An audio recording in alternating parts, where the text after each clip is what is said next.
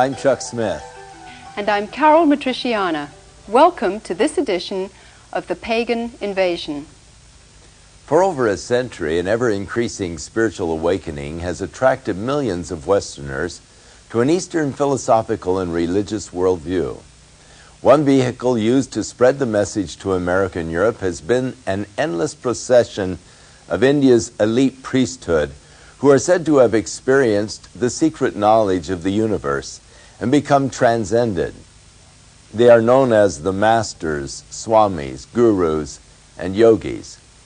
Hinduism, which is the religion of India, is based on the evolutionary premise that the universe has existed from the beginning in the form of forces, and that over time those forces have personified themselves as gods and goddesses. Hinduism then regards the elite priests, known as the Brahmins, as a part of God.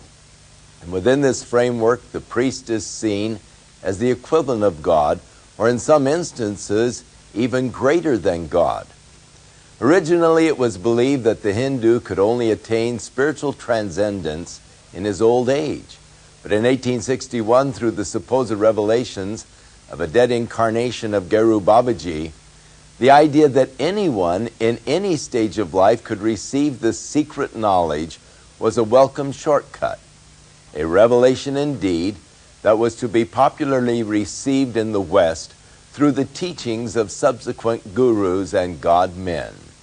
The first such master, Swami Vivekananda, entered the United States in 1892 and officially introduced yoga and Hindu philosophy at the World Parliament of Religions in Chicago.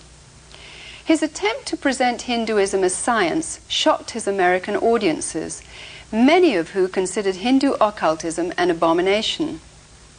But despite the seeming setback, Vivekananda's persuasive disciples ran with the analogy and have successfully propagated the message of paganism as science to the nations ever since.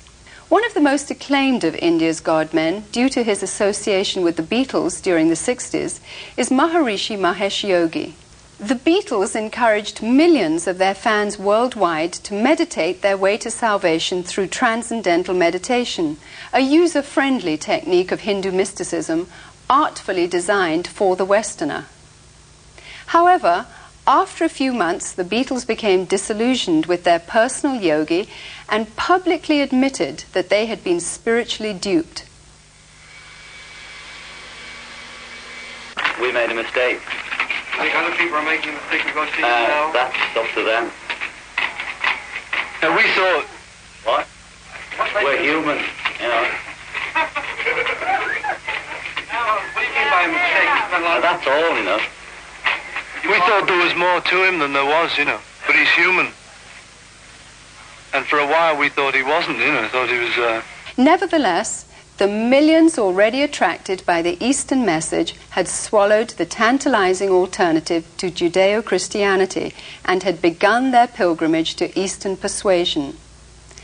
The use of drugs was another contributing factor to the popularization of the guru, who interpreted the experience of drugs and the experience of Eastern spiritual awakening as one and the same. Today, despite frequent media warnings of the fraudulent ways of the many god-men, the fanaticism to follow this now sanitized occultism prevails. The seducing god-men's promise of relief from stress and worry, with the attainment of health, wealth, and spiritual liberty now and in the afterlife, does seem almost too good to be true. Our report begins in Delhi, India, where we talked with a number of these god-men and their followers.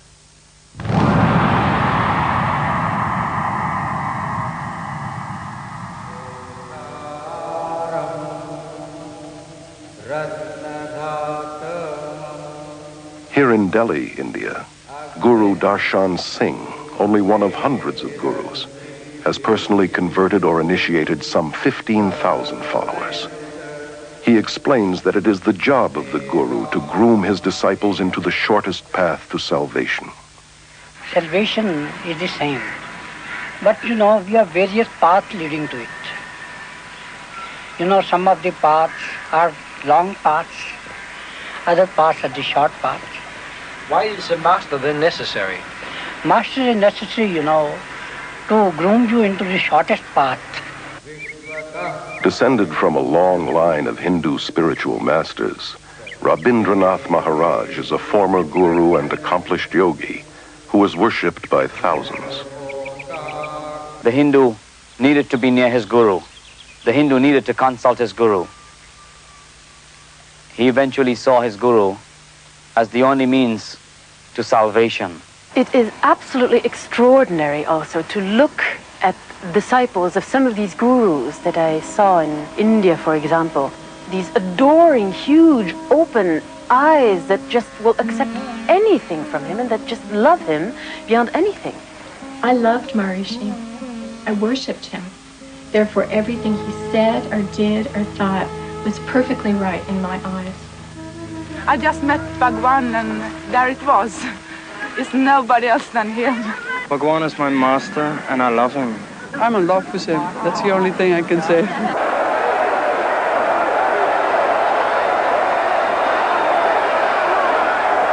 It is a love relationship. Master and disciple. Something happens in your heart when you see a master. Bhagwan's my master.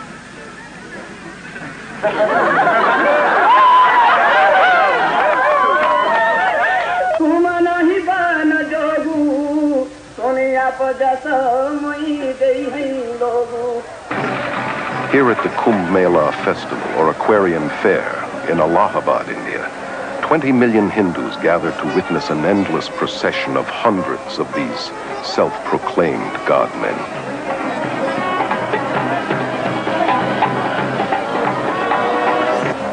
Even the dirt beneath these gurus' feet is an aid to the disciple in his quest for salvation.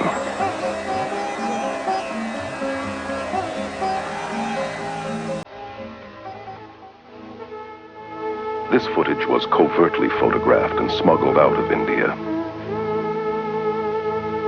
Naked priests are considered to be the holiest and most dedicated of guru disciples.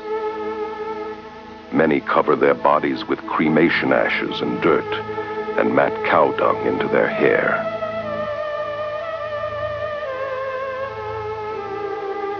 Some are armed and are dependent upon extremely potent drug concoctions. They have surrendered everything, families, possessions, and even their minds, becoming literally insane out of devotion to their guru. Well, Guru is our best friend, philosopher, and guide, and he shows the way to God. So, we in our India acknowledge him as a divine power, just equivalent to God.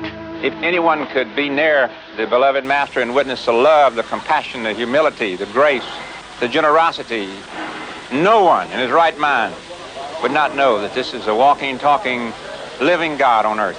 In all scriptures you will find that the Master is the God-incarnated power working on earth. You people that interviewed this gentleman today, I don't think you knew who you interviewed, but you interviewed God. For the Hindu, the guru is all important.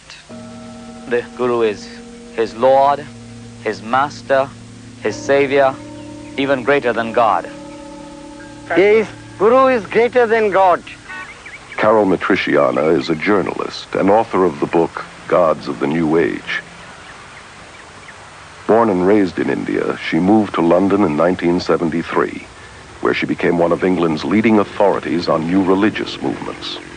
I have personally talked with many, many gurus, and the sad fact is that within their belief system, they have to be detached and removed from their emotions and compassion, and their cruelty and inhumaneness is seen as spiritual and excused as holy. I was really interested in their worship and their veneration and their adoration and the gifts and offerings they brought to me.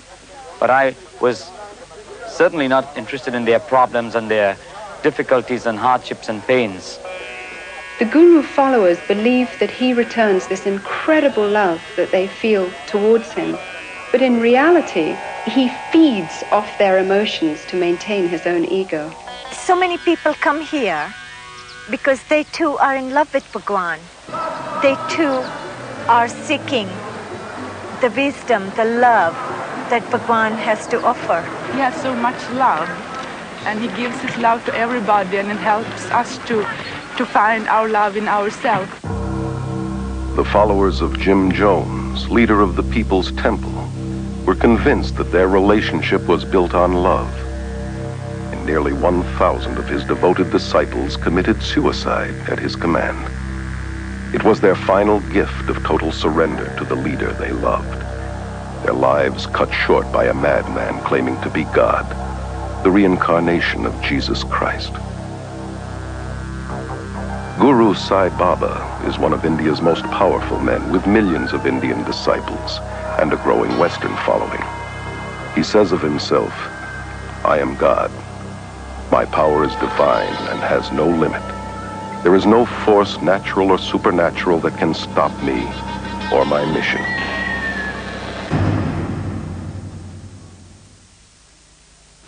Tal Brooks spent 20 years exploring the occult. His quest ultimately took him to India, where for 2 years he was the top Western disciple of miracle-working super guru Sai Baba. Tal is now an author and president of the Spiritual Counterfeits Project based in Berkeley. I recently asked Tal to share his thoughts concerning his encounters with Sai Baba. Sai Baba claims to be God on earth. I mean, his full claim is that he's a Messiah. The word that he uses is avatar, which would be on the level, as far as he's concerned, of Jesus Christ or Ram or Krishna. So he claims to be a full incarnation of God. Sai Baba, according to the whole concept of avatars, claims that he was perfectly in the ocean of Brahman, of light, that the Eastern view of who God is, the static eternal, and that he willed himself back into birth. What were some of the things about Sai Baba that attracted you to him? I believe that Sai Baba was God. When I was in the core of his, inner circle group, I mean, I was his top Western disciple for a while, a period. I believed that he was the embodiment of God on earth. And the sheer charisma and presence and power of Sai Baba was of an order of magnitude, and I've seen a lot of people. My father was a diplomat, lived in Europe, saw a lot of slices of life, but here was an order of magnitude beyond any normal human ego structure I'd ever seen. I wanted him to be God. I'd had this massive mystical experience in the States, this huge LSD thing, 3,000 micrograms, in which I seemed to merge with the universe and merge with the mind of God, and then read all the Eastern revelations, the Bhagavad Gita, the Ramayana, the works of the gurus. So you must know that I was primed. So when I saw Baba, and he came out of that limousine in this brilliant red robe, I was just awestruck. And the truth is, there is a very tangible presence, a power that he has. It's the entire God consciousness of the cosmos fueled down into this one body. Now, you mentioned that Sai Baba performed many convincing miracles. Regarding his miracles, when I first saw him, I told you that I was in a state of incredible readiness, and in a sense I'd had this huge experience that now needed to be validated. And I read all the Eastern scriptures from the Upanishads out, and now it was time to see it happen. Was this man who claimed to be a God on earth, how would he validate it? Suddenly you had someone who did miracles. Newsweek magazine, a month before I met him, had a one-page on Sai Baba as being India's Christ. Rather than turning water into wine, he turned into gasoline. His car ran out on the desert. He touched it as it was taken out of a well and poured in the tank, and he drove off. Many miracles were documented. So when I saw him, not only did he have this thoughtless, all-knowing perception of people's thoughts, not only did he tell me about particularities of my childhood and past that were privy information that he couldn't have known, humanly speaking, but over the 2 years that I was with him, I saw him heal people. This dermatologist from Stanford University, Tatacharya, the atheist, heard about Baba, was going to test him as a case in point. He flies to India. Baba already knows his name. Ah, Dr. Tatacharya, you've just come to get yourself healed. Turn around, and Baba, at this point, materializes his ash, his famous holy ash, out of nowhere. sleeve rolled up. I've seen that happen hundreds of times. And then rubs Dr. Tadachari's back and says, "Acha, you're done, go home." Okay, this guy's at Stanford University, he's a dermatologist, and he's been given batteries of medical tests, and the whole prognosis is that terminal cancer, but the kind that metastasizes so that the cells are all over the body. He gets back, and there is not a trace. I'm sorry, but some of your high-order stage magicians would have a problem doing that. There was a group of Italian scientists there 8 years after I left him. It was in one of the Italian newspapers with journalists. It was a clear day, and they said, for instance, "Can you do something meteorological with the weather?" And Baba said, looked up, and there was a rainbow across the sky. And all this kind of thing. He would pick off a tree cherries that can only be found 700 miles away in Kashmir, mangoes, different fruit from the same tree. You know, one time I'm with him, he materializes a handful of laddu, Indian candy, this big, bam, baseball-sized chunk of laddu appears, and I eat it, okay? This is really amazing. So, again, the miracles he claims to be his calling card, but to someone who is a devotee of that belief in God, it shows that the mind is indeed one with the cosmos. The consciousness is in every atom, every molecule, exactly what New Agers are believing now, exactly what Shirley MacLaine is saying in Out of Limb, exactly what Jose Arguelles was trying to do in the harmonic convergence, and that is to control reality by thought. And so Baba's miracles are attempts. I mean, they're more than attempts to people. They're the outward evidence that he is one with the universe and that he's controlling all of reality. And therefore, he's God. During the filming of Gods of the New Age, we had no problem getting gurus and their disciples in India to admit that they believed that they were actually God. However, we found that in America and in Europe, there was a certain reluctance on the part of guru followers and New Agers to admit on camera that they were God. Then something happened. ABC TV broadcast a mini-series called Out on a Limb, which depicted Shirley MacLaine with her arms outstretched toward the ocean, defiantly claiming to be God. As a result of the telecast, many in the West have now found the courage to admit that they actually believe they are God. The idea of people wanting to be God is nothing new. It's been around since the beginning of recorded history. In fact, the promise of godhood is the same lie the devil used to entice Eve into disobeying her creator. Gurus use this same lie today, calling themselves God and promising godhood to those that follow them.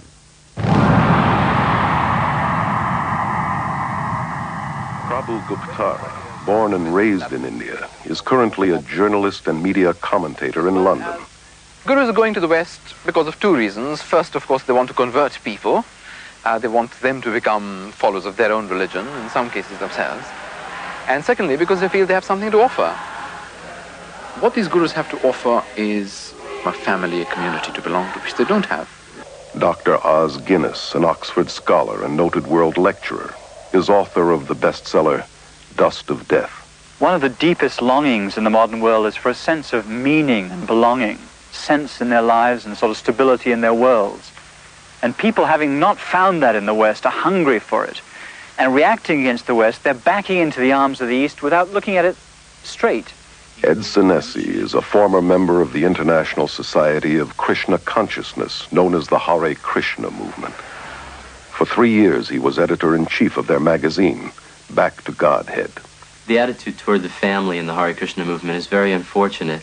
The family is seen, more or less, as a necessary evil.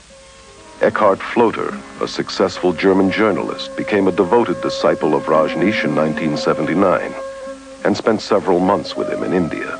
Rajneesh clearly says that the family, that marriage, that all these traditional family bonds are rotten. The only relationship that counts is between his disciples and him.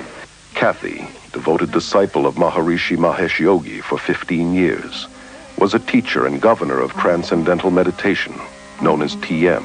I thought Tim was strengthening my family, but it was really weakening it because I was turning all my attention in on myself. If you have an allegiance to your wife or your children, to the extent that you have that dedication to those people, you are less dedicated to the organization. I either had to become a member so I could go with him, or he was going to divorce me because he was not supposed to have any outside attachments. He said it wasn't that he didn't love me anymore, and in fact he still loved me very much. It's just that I was only human and Bhagwan was superhuman, and therefore he was more deserving of my husband's love than I was. How many of these people loved their neighbor, their family, in this totally giving way? Alexandra Schmidt is one of France's leading experts on new religious movements. How many have been so blind to all the negative aspects of a person they loved as to that of the Guru? Ellen is a spokeswoman for the Brahma Kumaris Raja Yoga Organization, which is completely administered by women who control 800 centers in 40 countries. Our organization has the practice amongst all the participants of celibacy, whether in individuals or married couples. I found myself being attracted to my wife, but I couldn't, because as soon as I felt attracted to her emotionally, physically, then it was difficult for me to maintain my celibacy. So the way I resolved that was to turn her into an object of dislike or hate. We have living proof of thousands of couples who are living in this way and are finding much greater harmony and pure love as opposed to limited physical love. Over 90% of the marriages in the Krishna movement end in divorce. Rather than using our energy in raising a family and being involved in many physical relationships, we're focusing that energy on spirituality. You see, what's so diabolical about all this is that it masquerades as spirituality. In some schools of thought, to be spiritual, celibacy is encouraged, and yet in others, sexual perversion is practiced, not only among the gurus themselves, but by their disciples, including young children. Contradictions are also seen in the attitude towards women, who, on the spiritual level, are the focus of worship. Their femaleness is seen as the creative power of God. For instance, to be initiated by a female yogini is considered much holier than initiation by a male. And yet, on a day-to-day level, women are considered lower than men and treated as less than human. In the religious communities in India, which are known as ashrams, there is absolutely no place for children. And here in the West, the gurus generally don't want the burden and responsibility of children because it distracts the parents from devotion to him and his cause. They have a school system whereby they force the children at age 5 to live in the ashram. A lot of the kids did think it was like a prison. They didn't get to go anywhere but the ranch. And while we were at school, it's really just a place for the kids to go to get out of the grown-ups' way. And they separate them from the mother and father, which is very unfortunate and very destructive. Well, the kids would want to see their mom and dad, you know, just to be with them as a family. The kids wouldn't even know where their parents were, and they'd have to go look for them. And when they did, parents were usually too busy to talk to them. And so the kids were mainly by themselves and unsupervised. The most heartbreaking result of the Guru invasion to the West is the damage and harm it brings to the children, those who have no other choice than to live in the ashram because their parents have chosen to follow the Guru. Separated from parents and cut off from outside relatives, they become community property. They lose their individuality and identity and are alienated from society. Pastor Friedrich Hack has written over 30 books on various cults and is Germany's leading expert on new religious movements. Children brought up in a cult are only educated to follow the commands of their leaders. They never experienced freedom. They never experienced a responsible life where they could have their own choice, where they could follow their will. I've had these children taken them to parks, and they've seen normal people, and they'd recoil in fear from them because they don't look like devotees. The men don't have shaven heads or robes. I didn't want to leave the ranch. I'd rather stay there because I was scared of the people outside of it. Because I don't know, you just got a feeling down there, so you were worked into staying there. Now, why would an organization want to disrupt families like that?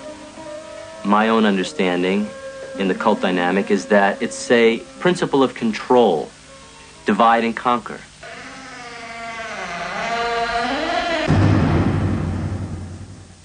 St. Augustine, in defining man, said that there was a God-shaped vacuum in man. Were you aware of such a vacuum in your life? Oh, deeply from the earliest moments I could think.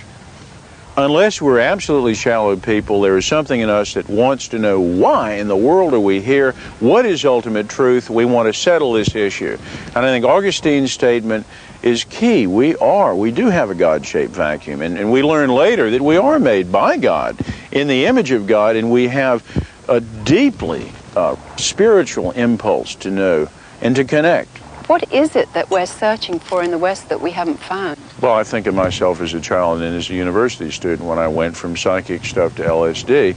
There was a vacuum there frankly, most Christian churches, most of them seemed empty and irrelevant. They seemed vacuous, and many of the pastors didn't even believe in what they claimed to believe. So I think there's been, even the Bible talks about a great falling away, and a falling away of belief and a falling away of purpose. And I think people pick up on that. I think that's why Shirley MacLaine has gone out on a limb. She's gone into the New Age. I think the reason they suddenly see this enthralling, colorful, exciting alternative where they can have their cake and eat it too. They can be God, and they can do what they want to. There's no such thing as sin. And in the Eastern system, you can be God, you're an immortal soul, you can reincarnate, you are part of the universe, you own the universe. Let me follow up on something you said. You said that you were seduced. Seduced is a negative word, and yet you've spoken about Sai Baba with such positive affection. What is happening here? I'm speaking about him to tell you how powerful he is, and some of these other gurus. I believe completely that there is something very diabolical happening. But again, I think people having a spiritual need, the Bible warns about counterfeits, and he is one of many. He is a seducer. Later, in retrospect, after having been under some of these people, I see that he is an antichrist. Sai Baba is an antichrist. Anti meaning either against or in place of. And Matthew 24:24, the verse that brought me to Jesus Christ, and there shall come false prophets and antichrists, working great signs and wonders, working miracles in their antichrist, to deceive, if possible, the very elect of God. So the Bible clearly has a category for people like Sai Baba and the New Age masters. So then you say, what is an antichrist and what category is that? And I would tell you that it is someone who is fully possessed, not by a human spirit, but biblically by a demon, a demonic entity of the kind that, our modern minds search for paradigms, and you think of the movie The Exorcist and this ancient spirit from Iraq inhabiting the body of the little girl Reagan. Well, Baba's thing is far bigger than that, but an ancient principality that's been kicking around the cosmos for a long time, that is in this body that hates Jesus Christ, that hates God. It knows God. And therefore antichrist, instead of doing miracles, claiming to be God, like the devil in the wilderness with Christ saying, worship me, usurping God. And so these gurus are very useful because they manipulate the God-shaped vacuum in us and they draw it to themselves, and they are seducers. They're the ultimate spiritual Pied Pipers. I came back from India having seen the miracles of Sai Baba, and I learned now that they were satanic miracles. They were done by demonic empowerment. And I don't believe God is dead on the throne and that there are no miracles. I believe there are legitimate works of God now. He hasn't dried up on the throne and died. However, having said that, I think that there's this same thing was in the early church, that you had side-by-side real acts of God and counterfeits. And I really worry about media manipulators, crying on handkerchiefs and asking people to send in a lot of money to bless them. that betrays the dignity and majesty of God and the Holy Spirit. So you have all these converts, and you have this conversion, and if you're as brilliant as the devil is, you're going to do a direct forked attack on the believers of Christ. And one of the ways you can do it is through signs and wonders, because the devil's been in the signs and wonders game since time immemorial, and people are simple-minded. And so if I can produce for you a glowing, shiny marble, or in this case a blessed handkerchief, or speaking a language you might know, it may be or it may not be legitimate. And I think people are getting deceived. And the only gradient we have for analyzing anything is the Scripture of God. It's like a chemist in a lab. He puts it through the supreme filter. If it gets through, it's okay. But if it's a new revelation or a more advanced revelation, or if it's contradictory to the Scripture, have nothing to do with it at all. Growing up in India, I saw firsthand how the Hindu belief system greatly contributed to the poverty and suffering of India. I remember seeing the very poor giving their last bowl of rice to a sacred cow. I remember seeing the more well-to-do offering large amounts of food to wooden idols while children starved to death just a few feet away. All the while, gurus were living in their palatial mansions, compelling their followers into turning over their possessions to them.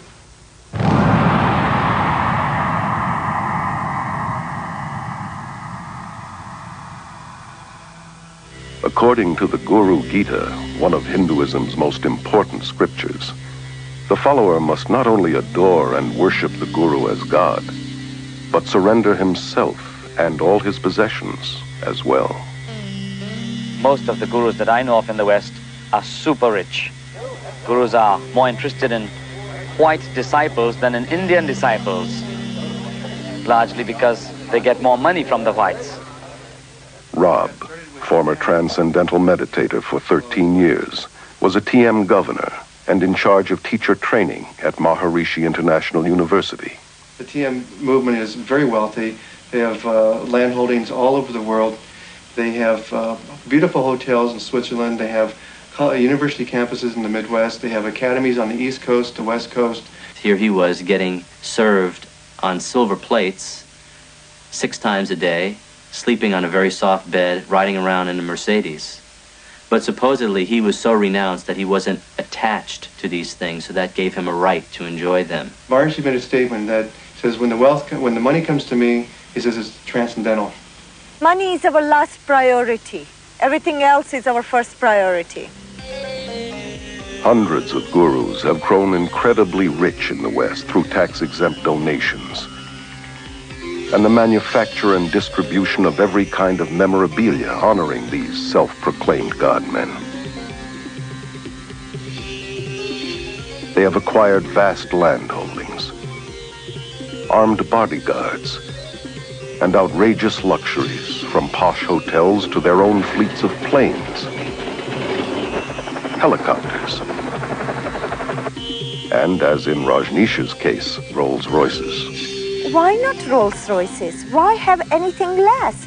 This country is a capitalist country, and anything that produces or helps capitalism, why not?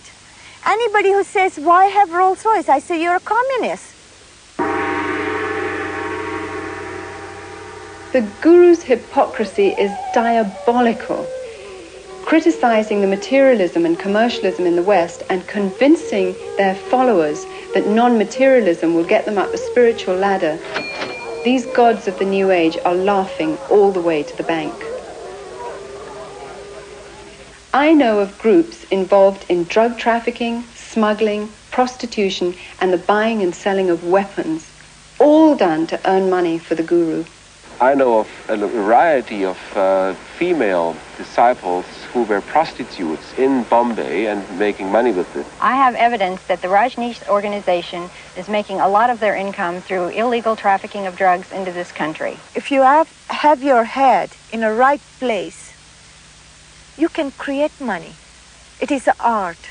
They were encouraged to smuggle dope from India to Europe, and from this money they could pay their workshops.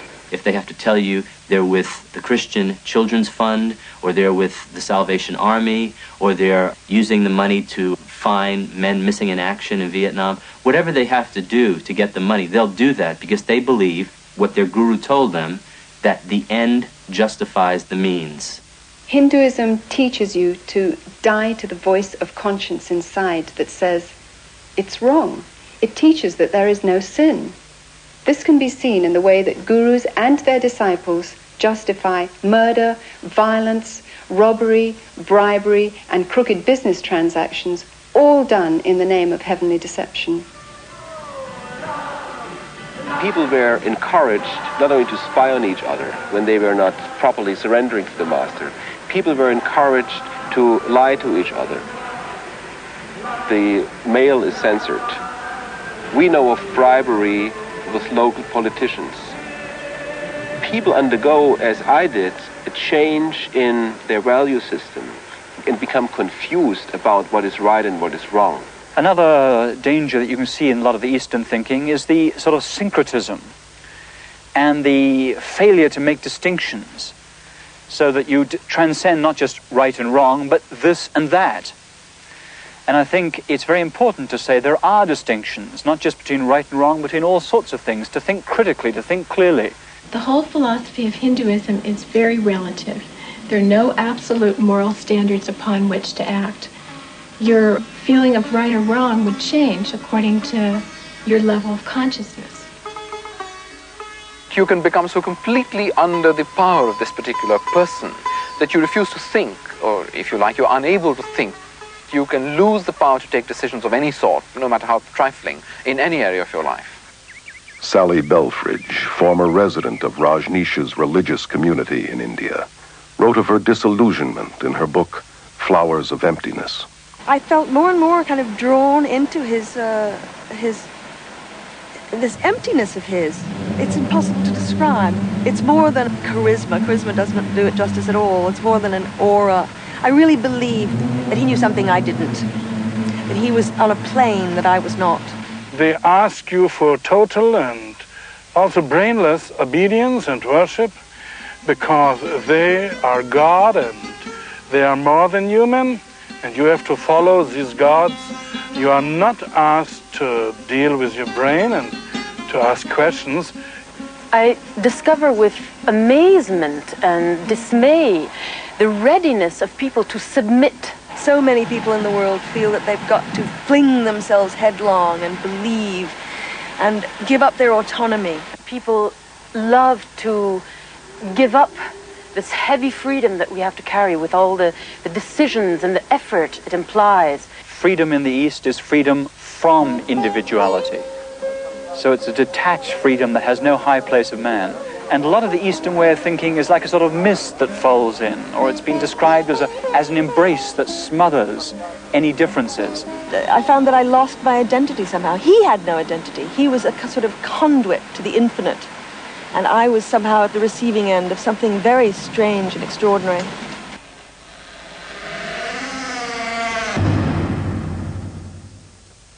There is something within man that drives him to worship. It's sort of like Bob Dylan said, you've got to serve somebody. And if you do not serve God, you must then have a substitute. And this is exactly what is being offered to man today. Substitutes for the true God. And because man is driven to worship, he is drawn many times to these substitutes. Unfortunately, in the church today, there are many churches that do deny the power of God. And people are looking for reality and power. And thus they are drawn to these Eastern mystical experiences where there is that promise of power. Paul speaks of men who, because they did not receive the truth of God, God brought to them a strong delusion that they would believe a lie rather than the truth. It's amazing to me what people will believe when they've rejected the truth of God. And surely we have observed today absurd beliefs of men, believing that man is God or can become God, and the denying of the reality of God. But in the final analysis, the worship of God, the true and the living God, will bring a man into a glorious liberty where the worship of these false gods will only bring you into bondage. Within all of us, there is a God-shaped vacuum. Throughout the ages, man has attempted to fill that void with the things of the world. But it is only through a relationship with our Creator that we can be truly satisfied. His Holy Scriptures reveal the way in which we can be reconciled to God, and that is through the provisions of His Son, Jesus Christ. I'm Chuck Smith. And I'm Carol Matriciana. Join us again for another edition of The Pagan Invasion.